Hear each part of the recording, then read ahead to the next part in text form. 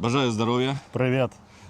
Сьогодні хочу познайомити вас з бійцем 93-ї бригади Холодний Яр, який з перших днів повномасштабної війни саме боронив Київську область, потім став солдатом Збройних сил України і по цей час боронить нашу країну. Буде дуже багато цікавих історій, то поїхали.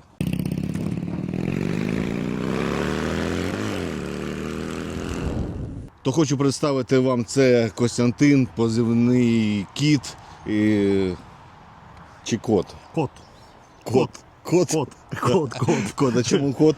Ну, якось з молодості, з юності в мене було кот, то воно так і перейшло сюди. То хочу сказати, що ми з Костєю познайомились десь 2 роки тому, коли були у самохідно-артилерійському дивізіоні, і Костя був водієм взводу управління. І саме не таким нестандартним водієм, бо хтось там боявся на позицію в якийсь день виїхати, комусь там погода якась була не так, хтось там ще щось собі придумав. А Костю, коли питають, повезеш хлопців на позицію, взагалі без питань. І тому він постійно попадав в такі передряги. І буде у нас дуже багато цікавих історій. В цьому відео ми з Костею познайомимося, щоб ви розуміли, кого ви будете слухати. І Костя нам буде розповідати потім ще багато цікавих історій. А зараз ти скажи, де саме тебе зустріла війна? Ну, я думаю, що як і всіх людей, тоді розбудив не звук мелодії будильника, а всіх розбудило виття сигналізації машин і звуки вибухів. Тому перше було незрозуміле питання, що відбувається. Потім почали сусіди тарабанити в двері, говорити в Києві, проживаючи в якій тут же на етажі, ти ж начебто все розумієш, що це столиця України. Але сусіди говорять, що все, почалася війна. Ну, перше, що було саме таке головне, це було вивезти, врятувати сім'ю. Чим в той час поїхав на роботу, забрав свій особистий автомобіль з роботи і питався вивезти сім'ю, але це було дуже тяжко зробити. Де ти вивіз? Вивіз Житомирську область, село Кочерів, ми виїхали туди, по дорозі, їдучи туди по дорозі. Так як у нас була мисливська група, я в групу написав: хлопці, що робимо? Всі сказали, що пробуємо виїхати, завтра збираємося там по обіді біля церкви. І з цього моменту ми зібралися, вирішили, що далі ніхто не їде, хоча я і пропонував, щоб моя родина поїхала далі в Германію була можливість виїхати. Вони відмовилися, у мене 2 маленькі доці, які бачили і повітряні бої, і все. І тому вони лишилися там. Ну і ми вирішили вже стояти там, нікуди не відступаючи, боронити. З тої минути почався вже мій, так можна сказати, військовий шлях. Скільки у вас людей зібралось? Зібралося у нас було 120 чоловік. Це була рота охорони Радомишльського району. Було безліч людей, це приходило більше. Це ми не змогли забезпечити всіх остальних зброєю. Нам дали тоді 120 автоматів, нам дали 2 РПК по 9 вистрілів до них і навіть дали 1 АГС, яким ми не розуміли, що робити. Тому що ні я, ні більшість моїх побратимів, які тоді були, навіть не служили в армії, тому в мене були кілька бійців-атошників, які пройшли АТО, і вони нам допомагали, підказували те, в чому ми не розумілися. Це такий був початок.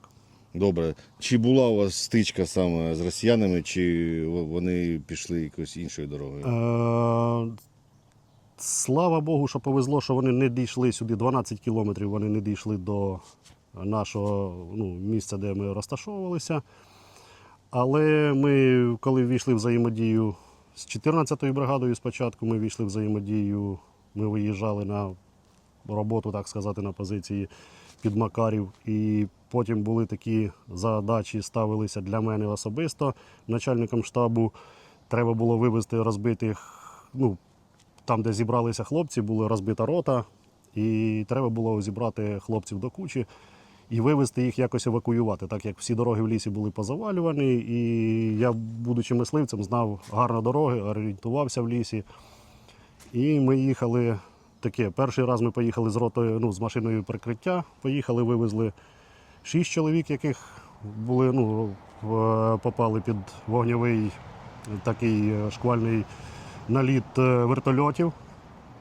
І вони, тих, що зібралися, нам місцеві там передали люди, бо не було ж ні мобільного зв'язку, нічого. Передали нам, що хлопці там переховуються, їх потрібно евакуювати. Тобто перший день поїхали з машини евакуації. Це було прикольно, ми поїхали.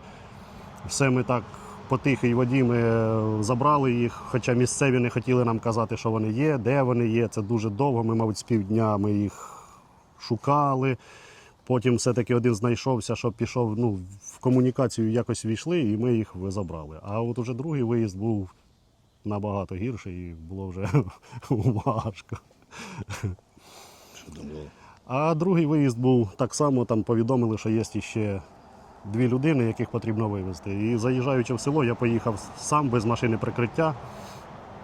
Я поїхав ще з одним побратимом з моїм, він теж зараз воює. Без машини прикриття, без нічого, навіть не взяв РПГ одноразку. Просто поїхали налегке. Думаємо, заїдемо і виїдемо. І коли ми туди заїхали, побачили там чеченів, які їхали на Уралі нам назустріч. І ми заїхали в ліс, втікаючи через луг, вони поки розверталися, ми заїхали в ліс. Дуже довго сиділи в холодній воді в болоті, поки все-таки наважилися вийти і виїхали, не забравши. За тим разом ми навіть не забрали наших бійців з 14-ї бригади, бо самі на силу ноги внесли. Це було таке перший у нас момент. А розкажи, щось розповідав, що ви винайшли якогось попа в церкві. І Це що там було, було? так, це було. Де це? Прямо біля цього було. Це біля нашого села була церква, в якій було Який це населений пункт? населений пункт Царівка, в якій там теж батюшка ж, всі ж були батюшки ж російського патріархата, вони всі ж були то там було зброя в них, і там був монастир також. Це вже розвідники доповідали, тому що ми самі нічого не виявили тільки те, що було. Бачили, що приземляється в гелікоптер, а не виявлено було. То розвідники доповідали, що зайшовши в цей монастир і теж по чистій случайності це вияснили, бо місцеве населення поскаржилося на те, що є 2 виділених лінії інтернету, а в селі немає інтернету. І потім, коли ця глибинна розвідка зайшла в цей монастир, там було пункт управління польотів, там в монастирі там був свій тир для метання ножів, так колись показували це телебачення, було для метання ножів, для стрільби було, і також було безліч зброї. То це такі батюшки були в нас. Да. А скажи, а якщо б тобі була зараз змога повернутися в день, коли ти потрапив в перший день повномасштабки, що б ти сам собі сказав? Та я б і сказав, бо я б все рівно пішов би захищати, боронити батьківщину, тому що це все-таки земля наших предків і це батьківщина, як не я. Тому в мене це без якихось відговорок, без...